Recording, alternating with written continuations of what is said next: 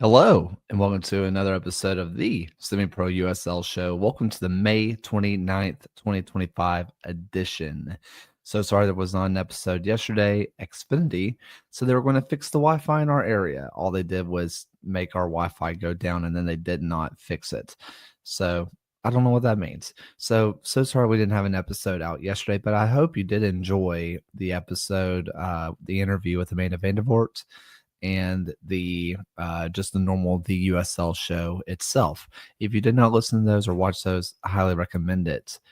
Just to let you know, this is being pre-recorded, so we're not doing the live part of this daily show. I'm recording this about 3 hours earlier than we normally go live, so it's going to go live like a live stream. So if you're watching this on YouTube, it's not an actual live stream. It's just being presented that way. If you're a Spotify person or a podcast person, this is just showing up to you as normal. So because we missed yesterday, we're not going to hit Tuesday's matches. So sorry if one of your clubs played on Tuesday. I'm so sorry that you're not going to hear them be talked about too much. Just kind of the nature of the beast a little bit. I do want to throw it out there that we are looking to do interviews on the show.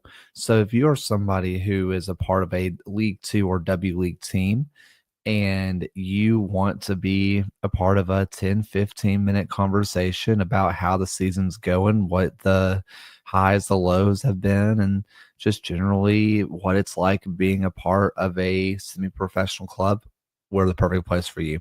So just kind of keep that in mind. We would love to have you on. So let's go ahead and get into some League Two scores from the night. Because I'm doing this so early, not all scores have been reported as always, so just kind of keep that in mind. But we do have a lot of matches here, a lot of matches. So we're not going to be able to hit and break down all of them because we still have to hit some stats and standings. So in the NorCal division, the Marin FC Legends lose 1-0 to Almaden FC. In the Southeast division, Inter Gainesville KF win 2-1 over Brave SC. In the South Florida division, Weston FC win 4-1 to Miami AC. In the Great Forest division, Toledo Villa win 2-1 to Steel City FC. In the Great Plains division, Sunflower State FC win 2-1 to the Des Moines Menace. As I need to take a drink of coffee. Give me a second. Awesome. In the Metropolitan Division, the Cedar Stars Rush fall 2-1 to the Long Island Rough Riders. In the Metropolitan Division as well, Staten Island ASC win 2-0 over Ironbound SC. In the NorCal division, Davis Legacy SC win 3-0 over Project 510. In the NorCal division, Sam 1 SC win 2-1 over Academica SC. I think that might be the least amount of goals scored by Sam 1 thus far. That's insane. In the Northeast Division, Boston Bolts versus Seacoast United Phantoms. That score has not been posted. So I'm sorry. If someone could let me know what the result of that one was, thank you. In the South Atlantic Division, Charlotte Eagles and North Carolina FC U23 draw 1-1. And also staying in the South Atlantic, Charlotte Independence 2 win 2-0 over South Carolina United Bantams.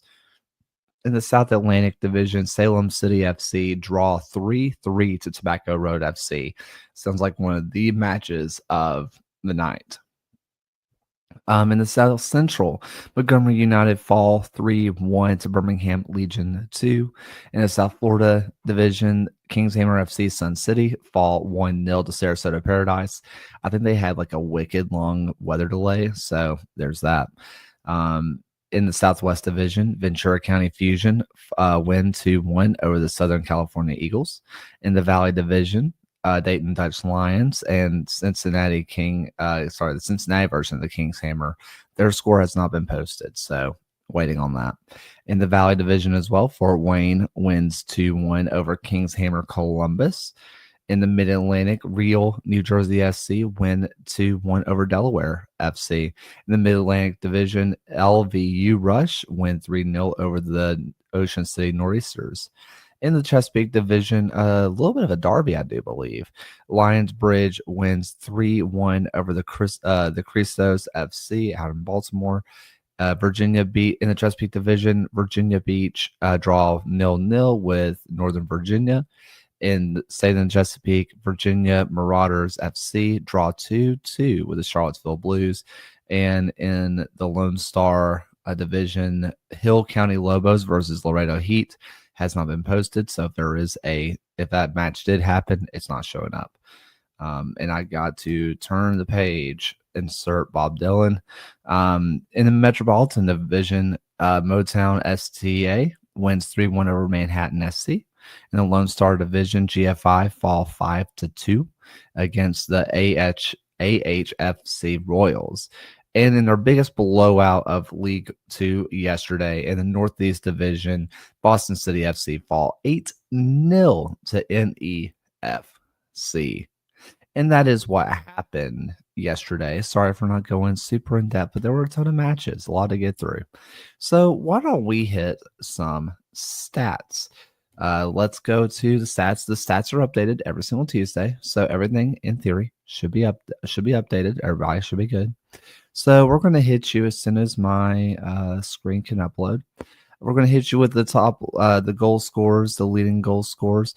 This says this has not been updated since the 26th. So these are correct as of Monday. Sean Batiesa, he is still up with 7 goals for San Juan FC. Quinn Mahoney with 6 goals as well from San Juan FC. Union FC Macomb and Lions Bridge have 3 of the tie on 4 goals, where Keith Larson, Dennis Kryuchkinov, I'm sorry, Lions Bridge, and Felix Ewald,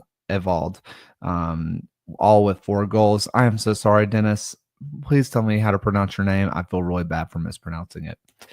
When we look over at the assist leaders in League Two, Quinn Mahoney also up there for this one with 5 assists. And he is easily in first on 3 assists so far. Ruben Flores has 3 assists from San Juan FC, and Andrew Bennett has 3 assists as well. And a whole lot of people have 2 assists. And we're going to go to keeper saves just to let you know who's been saving the most and who's been kind of basically their defense is kind of letting them fight for their life a little bit. Alexander Drexler from FC Ambush with 14 saves on the young season. And then all tied on 12 saves, Philip Falcon from Stars FC, Lucas Dunhauer from Springfield FC, Joshua Moya from Davis Legacy, Jameson Metz from Patuxent Football Athletic Club, and then Gavin Garlick from Kingshammer Sun City all have 12. There's a lot with 11, a few with 10, a lot with 9, a lot with 8. So kind of a lot of people to keep up with there.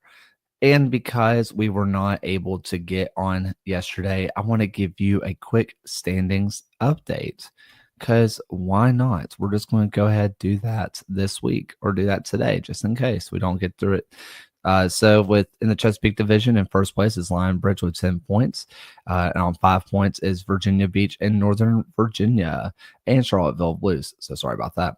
In the Great Forest Division, Steel City sees himself still on top with 7 points, but FC Buffalo with 6 points right behind them.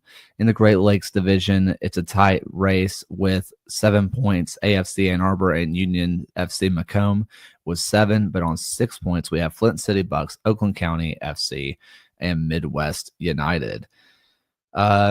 In the Great Plains Division, we see Peoria City and Springfield FC on 9 points and Des Moines Menace on 6. In the Heartland Division, we have Rochester FC with 6 points, RKC Third Coast and Riverlight on 4 points. In the Lone Star Division, we have a tie for first with Houston FC and AHFC Royals on 7 points, and Laredo Heat and Corpus Christi on 6. In the Metropolitan Division, we have in first place the Long Island Rough Riders with 7 points, Staten Island AC with 6 points. In the Mid-South Division, in first place is the Little Rock Rangers, and in second place is the Louisiana Crew with 6 points. In the Mid-Atlantic Division, we have the Westchester United on 10 points, and the next closest one is Real New Jersey on 4 points. In the Mountain Division, Utah United is on 6 points, Flatiron FC on 3 points.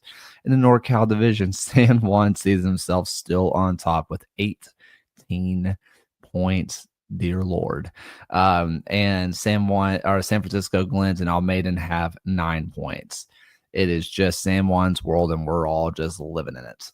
Let me get a drink of coffee. Awesome. In the what division is this? The Northeast Division. Western Mass is on 7 points, but on 6 points is Vermont Green and AC Connecticut. Northwest Division, Snohomish United on 12 points, undefeated through their first 4 matches, with Ballard on 9 points. That is, again, the Northwest Division. In the South Atlantic Division, we have Charlotte Independence 2 on 9 points, with Salem City and Tobacco Road on 8. In the South Central Division, we have a tie for first with Birmingham Legion FC 2. And Tennessee SC on 7 points, and on 6 points is Dothan United. In the South Florida Division, in first place is Fort Lauderdale United, also undefeated for their first 4 with 12 points, and then tied in second with 7, St. Petersburg FC and Sarasota Paradise. In the Southeast Division, we have a tie for first with Inner Gainesville KF and Nona FC, and tied for second is Brookhouse FC and Sporting Jacks, which I just got to throw it out there. The graphics from Sporting Jacks is absolutely cracking me up. And this is not meant to be in disrespect, but the guy in just the red graphic screaming with the word postponed in front of him, it is like just my kind of humor. It absolutely cracks me up. It's in our Discord. I posted it there, and it's on Twitter, but it is just so funny to me. Like it really cracks me up. In the Southwest Division, our tightest race, because everybody has 6 points, it feels like. Ventura County, FC Tucson, Capo FC, and Redlands FC all on 6 points, and AMSG FC with 5 points. In the Valley Division, Fort Wayne and Lexington tied on 7, with Kingshammer FC Cincinnati on 3. So let's go over now to the W League. In the W League, we are going to go ahead. Let me go to the top. We're in the South Atlantic Division. NC Courage win 1-0 over the Charlotte Eagles. In the Mid-Atlantic Division, Patuxent and Northern Virginia score has not been posted. I'm so sorry. In the Great Forest Division, the Cleveland Force win 3-2 over the Pittsburgh Riveters. In the Great Lakes Division, Detroit City wins 6-0 over Toledo Villa. In the Great Lakes Division, Kalamazoo fall 3-2 over the Midwest United. In the Lone Star Division, AHFC Royals win 5-1 over the San Antonio Athenians. In the Metropolitan Division, I do not see a score posted for Paisley versus the Rough Riders. In the Metropolitan Division, still Manhattan win 3-2 over the Hudson Valley Crusaders. In the Mid-Atlantic Division, Eagle FC win 2-1 over Lancaster Inferno.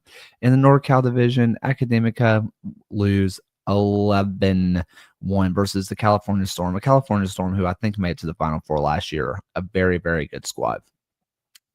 Northwest Division, Lane United win 4-0 over Bigfoot. That just makes me laugh every time. In the South Atlantic Division, Wake lose 1-0 to the South Carolina Bantams. In the Southeast Division, Fort Lauderdale United win 4-0 over Kingshammer Sun City. I do not see a score posted for OC Sporting versus Southern California Dutch Lions. South Georgia Tormenta win 2-0 over the North Carolina Fusion. Tennessee SC win 1-0 over Birmingham Legion WFC. In South Central, Asheville City win 2-0 over 1 Knox. And I need to know answers. Is this also a battle for the boot? Is the women's team also a battle for the boot? Because if we're not getting a daily battle for the boot anymore like we did in League 2, if we're not getting that for the W League, why not? Also, you guys have been staring at me with my collar all messed up. Jesus, I'm supposed to be a professional. But what are we doing? We got to have a boot.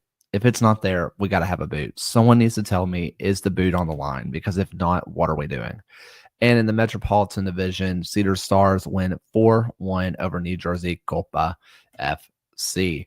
So let's get to a little bit of stats. And this one says it was updated on the 25th. Oh, it's updating again. Yep, still 25th.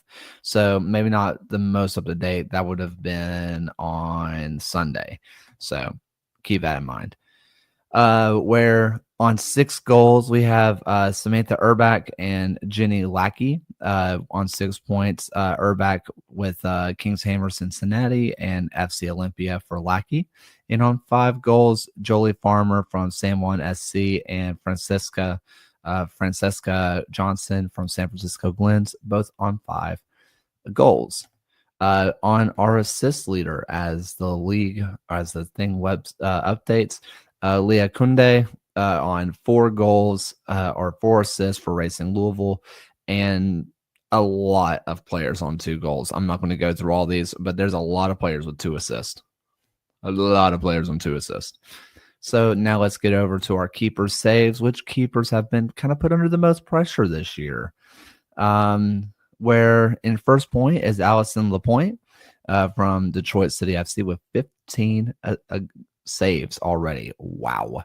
Reese DeYoung from Carolina sent the Trailblazers on 14 saves. Morgan Sinon from Erie Sports Center on 13.